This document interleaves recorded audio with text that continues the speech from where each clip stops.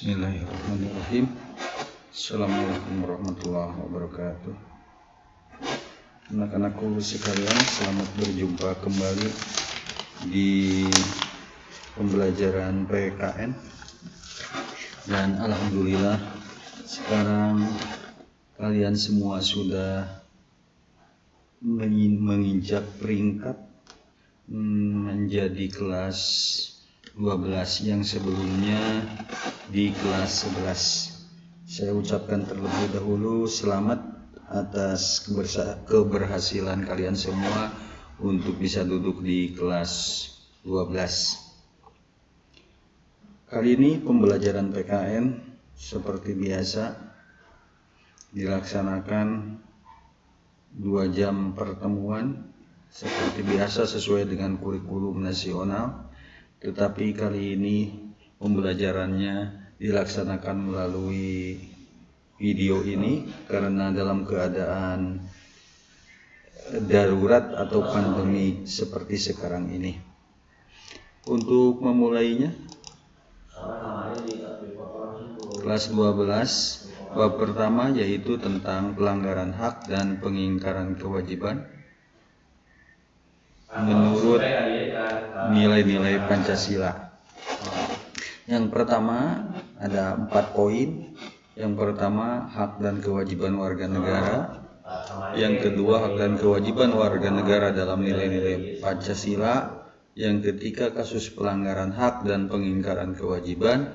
Dan yang keempat, poinnya adalah penanganan kasus pelanggaran hak dan pengingkaran kewajiban warga negara. Adapun tujuan pembelajaran PKN kali ini diantaranya adalah peserta didik mampu menunjukkan sikap toleransi, disiplin, tanggung jawab dengan baik sebagai bentuk upaya pencegahan pelanggaran hak dan pengingkaran kewajiban. Setelah mempelajari materi ini, diharapkan bahwa peserta didik mampu mengetahui macam-macam hak dan kewajiban, mampu membuat rangkaian cerita dalam bentuk video tentang pelanggaran hak dan pengingkaran kewajiban. Yang ketiga, menggunakan teknologi, peserta didik mampu mengetahui prosedur pendaftaran hak cipta, pengaduan pelanggaran hak kekayaan intelektual. Kemudian yang keempat, mengetahui informasi tentang hak dan kewajiban warga negara. Bisa dilakukan dengan cara mewawancarai tokoh-tokoh masyarakat atau mewawancarai tokoh-tokoh orang-orang yang bergerak dalam bidang penanggulangan hak asasi manusia. Dan yang terakhir yaitu peserta didik mampu menghormati hak dan kewajiban orang lain dengan penuh tanggung jawab. Yang pertama, kita mulai dengan hak dan kewajiban warga negara. Hak dan kewajiban warga negara ini akan ada dalam diri seorang warga negara karena hak dan kewajiban bagaikan 2 sisi mata uang yang tidak bisa dilepaskan satu sama lain. Ada banyak tafsir tentang hak. Yang sederhana saja, hak adalah sesuatu yang memang harus kita dapatkan. Sementara kewajiban adalah sesuatu yang harus kita kerjakan setelah kita memperoleh hak. Berkenaan dengan itu, karena kita hidup di teritorial suatu negara, maka kita disebut warga negara. Maka kali ini bicaranya tentang hak dan kewajiban warga negara terhadap negara. Apa hak warga negara terhadap negara? Apa kewajiban warga negara terhadap negara?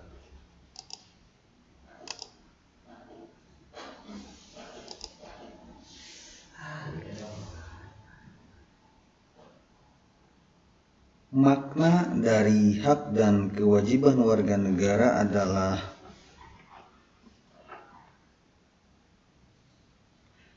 merupakan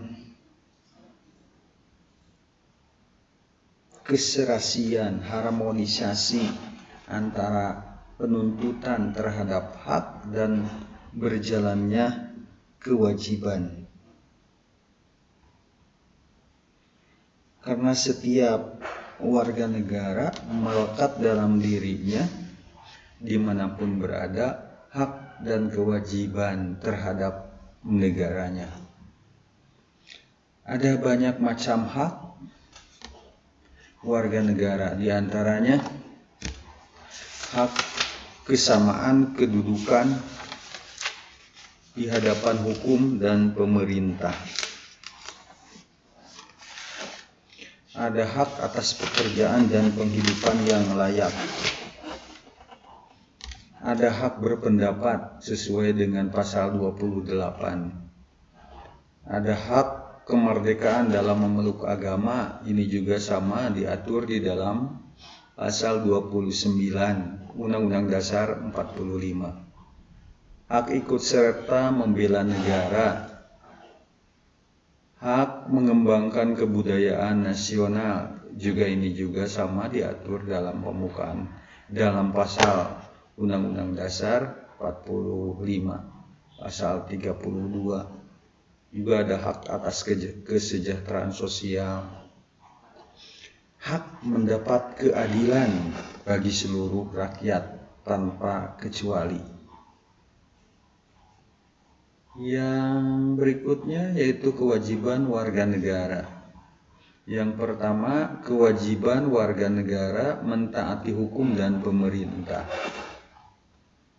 Yang kedua, kewajiban warga negara dalam membela negara. Yang ketiga, kewajiban menghormati hak asasi manusia orang lain. Memang semua manusia memiliki hak asasi manusia, tetapi hak asasi manusia kita dibatasi oleh hak asasi manusia orang lain. Sekalipun bebas, tetapi ada batasnya, yaitu bebas yang bisa dipertanggungjawabkan. Yang keempat, ini yaitu kewajiban warga negara dalam usaha mempertahankan keamanan negara.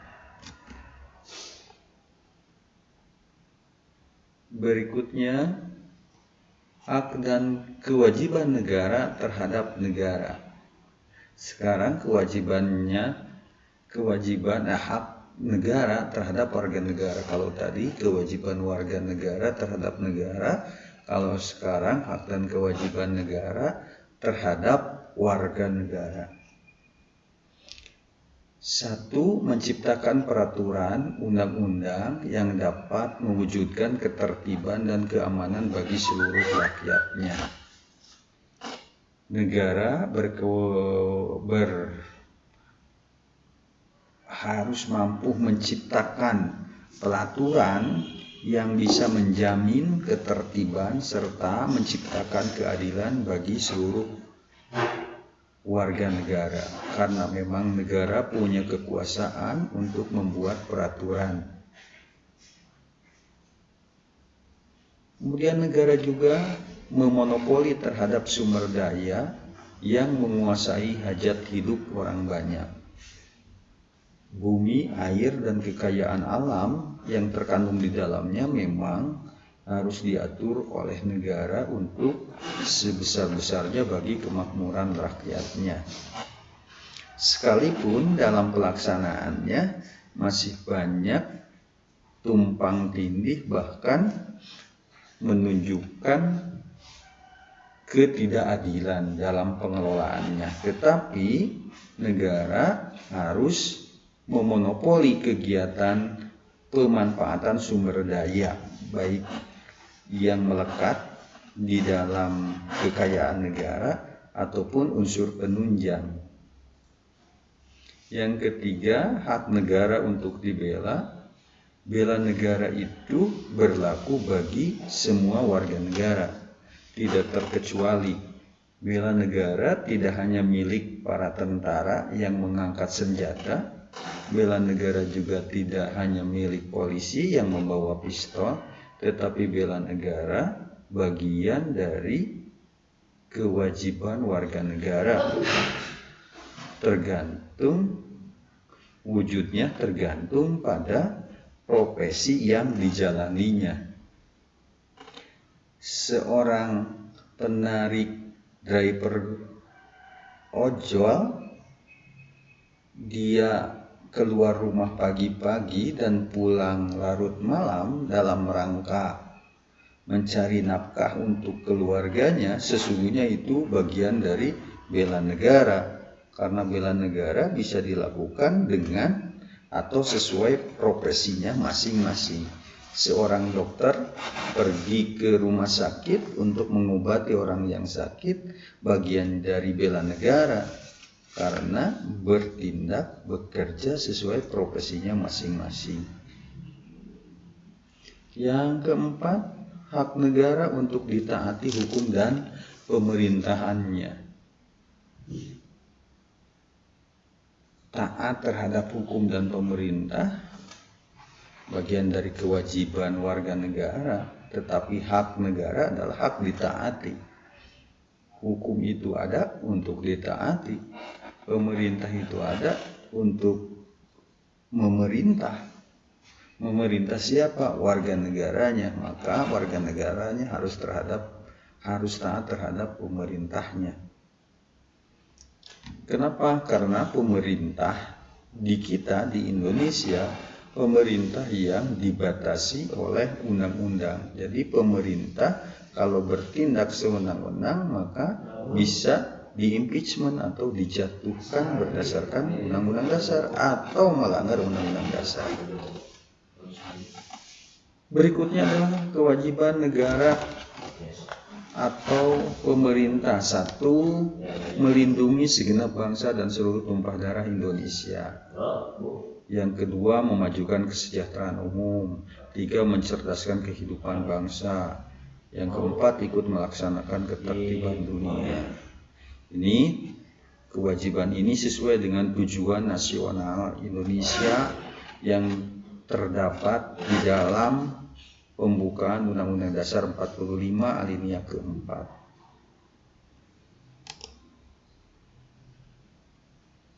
Berikutnya, hak negara terhadap warga negara.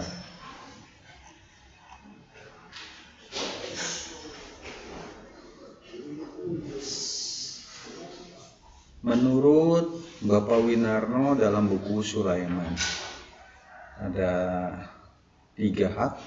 Hak negara untuk ditaati hukumnya, hak negara untuk dibela, hak negara untuk menguasai bumi air kekayaan untuk kepentingan rakyat, sama seperti yang tadi.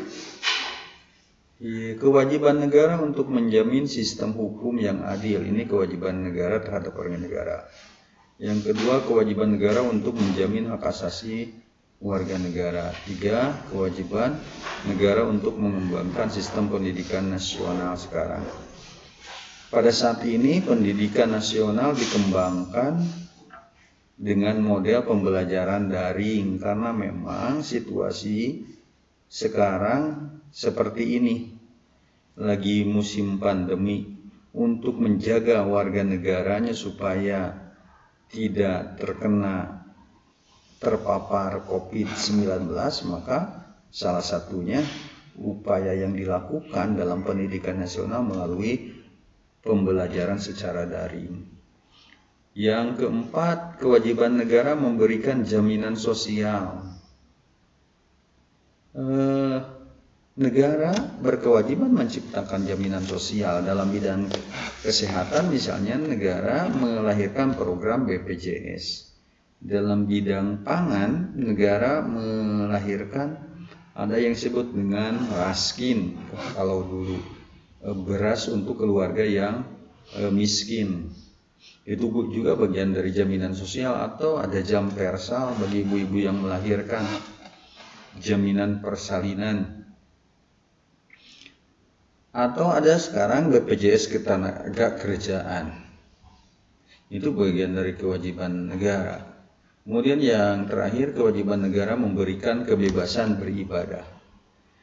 Dalam hal ini, negara masih hadir, masih terlibat dalam melaksanakan kebebasan beribadah. Kenapa? Karena negara kita adalah negara yang tidak sekuler. Negara kita adalah negara yang bukan sekuler. Negara sekuler itu negara yang memisahkan antara urusan agama dan urusan negara. Tetapi di kita, negara hadir dalam urusan ibadah. Tetapi juga harus dicamkan bahwa negara kita bukan negara agama. Kenapa bukan negara agama? Karena tidak ada hukum salah satu agama yang menjadi hukum negara di kita. Yang ada hanya ada hukum nasional negara ini. Gitu. Contoh, penetapan 1 Syawal, Idul Fitri, negara masih terlibat. Itu buktinya. Atau Idul Adha sekarang yang mau dilaksanakan, negara masih terlibat penetapannya. Dan masih banyak kegiatan-kegiatan keagamaan lain yang menunjukkan bahwa negara itu hadir dalam menangani urusan peribadatan. Tetapi harus digarisbawahi bahwa negara hadir itu bukan dalam tata cara ibadahnya, tetapi menyangkut kepentingan yang lebih luas. Berikutnya sekarang, hak dan kewajiban warga negara dalam nilai-nilai Pancasila. Kita tahu bahwa nilai-nilai Pancasila itu ada 3 secara umum. Yang pertama, nilai Pancasila itu nilai dasar Pancasila. Nilai dasar Pancasila adalah nilai yang sulit untuk berubah. Bisa berubah tapi sulit untuk berubah. Itu yang disebut dengan nilai dasar Pancasila. Nilai dasar Pancasila ini ada 5. Yang pertama, nilai ketuhanan yang Maha Esa. Ini disebut dengan nilai ketuhanan. Yang kedua, sila kedua, nilai kemanusiaan yang adil dan beradab. Yang ketiga, nilai persatuan Indonesia. Yang keempat, nilai kerakyatan yang dipimpin oleh hikmat kebijaksanaan dalam permusyawaratan perwakilan. Maka sering disingkat nilai yang keempat adalah nilai kerakyatan. Dan yang kelima adalah nilai keadilan. Itu yang disebut dengan nilai dasar Pancasila. Maksud di sini adalah hak dan kewajiban warga negara berdasarkan nilai-nilai dasar yang tadi. Yang kedua sekarang adalah nilai Pancasila itu yaitu nilai instrumental. Nilai instrumental Pancasila adalah nilai Pancasila yang diwujudkan dalam bentuk perundang-undangan yang berlaku. Jadi, hak dan kewajiban warga negara itu harus diwujudkan, ditampilkan dalam bentuk peraturan perundang-undang yang berlaku. Di sini ada banyak, ada 11.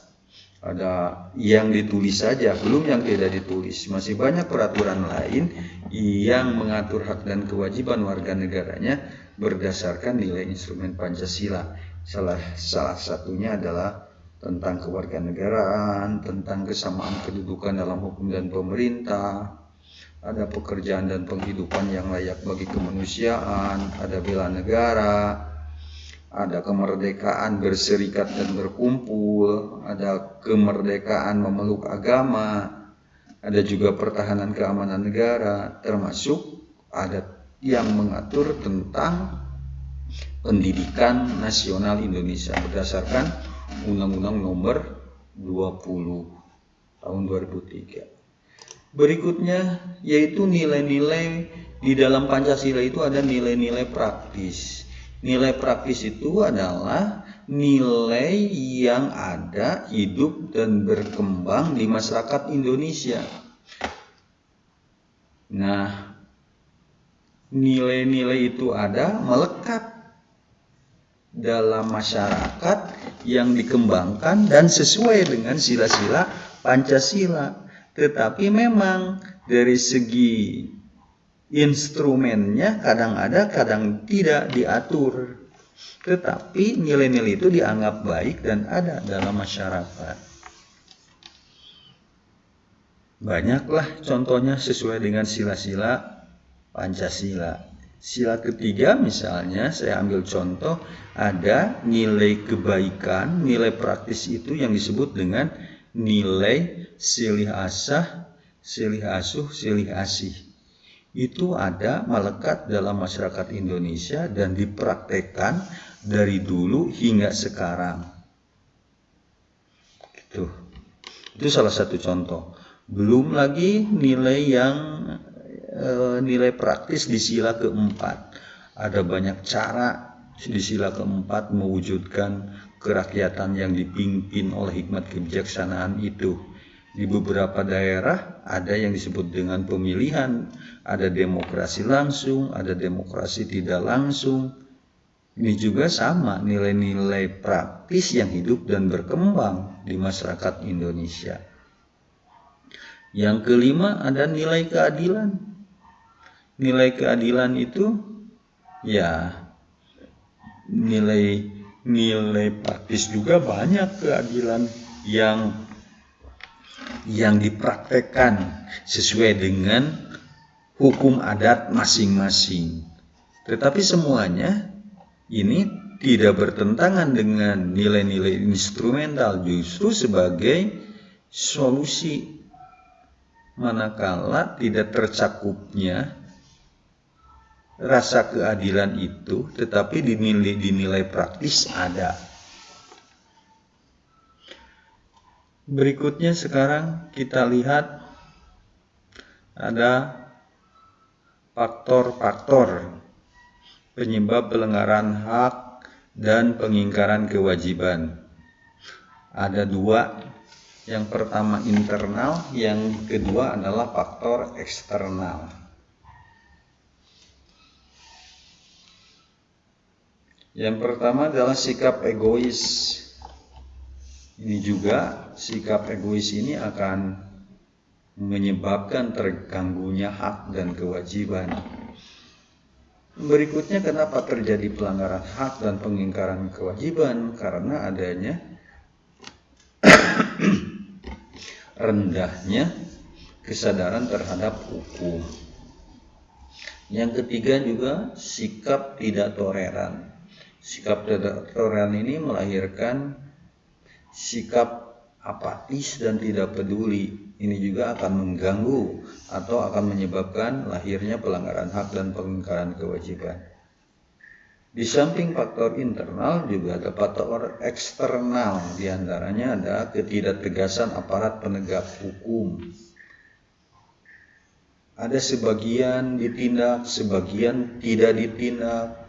Ini juga akan memicu lahirnya kembali pelanggaran hak dan pengingkaran kewajiban yang lain. Mestinya tindakan tegas dari aparat ini betul-betul dilaksanakan sehingga tidak memberikan kesempatan bagi orang lain untuk melakukan pelanggaran hak dan pengingkaran kewajiban. Yang kedua, adanya kesempatan. Yang ketiga, minimnya sosialisasi peraturan dari pemerintah. Yang ketiga, penyalahgunaan kekuasaan. Kekuasaan dalam arti yang lebih luas ya, dari mulai tingkat yang lebih rendah, dari mulai tingkat RT sampai ke tingkat pemerintahan yang lebih tinggi. Karena yang punya kekuasaan di sini adalah kekuasaan pemerintah. Misalnya sekarang munculnya fenomena amuk massa gara-gara tidak terdaftar sebagai bagian dari orang yang menerima bantuan. Misalnya ini kan diawali dengan ketidakberesan data yang ada di tingkat RT. sampai ke atasnya sehingga memunculkan keributan. Yang keempat, terjadinya krisis moral dan karakter bangsa. Tidak dipungkiri pada saat ini terjadi penurunan moral dan karakter bangsa. Tidak dipungkiri juga bahwa terjadi penurunan karena memang ada faktor-faktor dari budaya lain yang masuk, hidup dan berkembang pada bangsa Indonesia dan mengganggu terhadap keberadaan karakter bangsa ini. Yang berikutnya, aparat hukum yang bertindak sewenang-wenang. Mestinya sih tidak ada lagi aparat yang bertindak sewenang-wenang karena aparat dibatasi oleh hukum dan peraturan. Tetapi dalam pelaksanaan manusiawi juga bahwa aparat ada yang bertindak sewenang-wenang. Berikutnya, kesalahan dalam mengimplementasikan norma-norma dan perintah hukum. Ini juga sama, hampir mirip. Dan yang terakhir, penyalahgunaan teknologi. Teknologi itu sangat menunjang bagi kehidupan, tetapi pemanfaatan teknologi itu yang harus diperhatikan. Kalau yang positif-positif baik, tetapi kalau yang negatif itu yang bahaya. Misalnya penggunaan ATM, pembobolan ATM, itu kan di satu sisi teknologi menyimpan uang ada, tapi pada saat yang sama kejahatan teknologi juga muncul. Kira gitu. Ini yang ditampilkan ada sekitar 7 kasus pelanggaran hak warga negara. Silahkan dibaca ketujuhnya. Kemudian ada salah satu atau beberapa contoh pengingkaran kewajiban warga negara, melanggar aturan berlalu lintas. Orang pengendara sepeda motor tidak menggunakan helm atau tidak membawa kelengkapan berkendaraan. Ini juga dari bagian dari pengingkaran kewajiban. Padahal undang-undang diciptakan, undang-undang ada itu untuk melindungi warga negaranya. Dalam hal ini kalau berlalu lintas melindungi keselamatan pengguna jalan.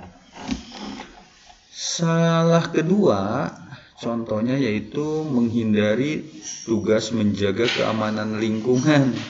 Ini kadang banyak alasan di lingkungan masyarakat kita, harusnya ada siskamling, tidak ada, atau harusnya memang berjaga tapi karena sesuatu hal tidak jadi jaganya, mentang-mentang sudah ada satuan pengamanan.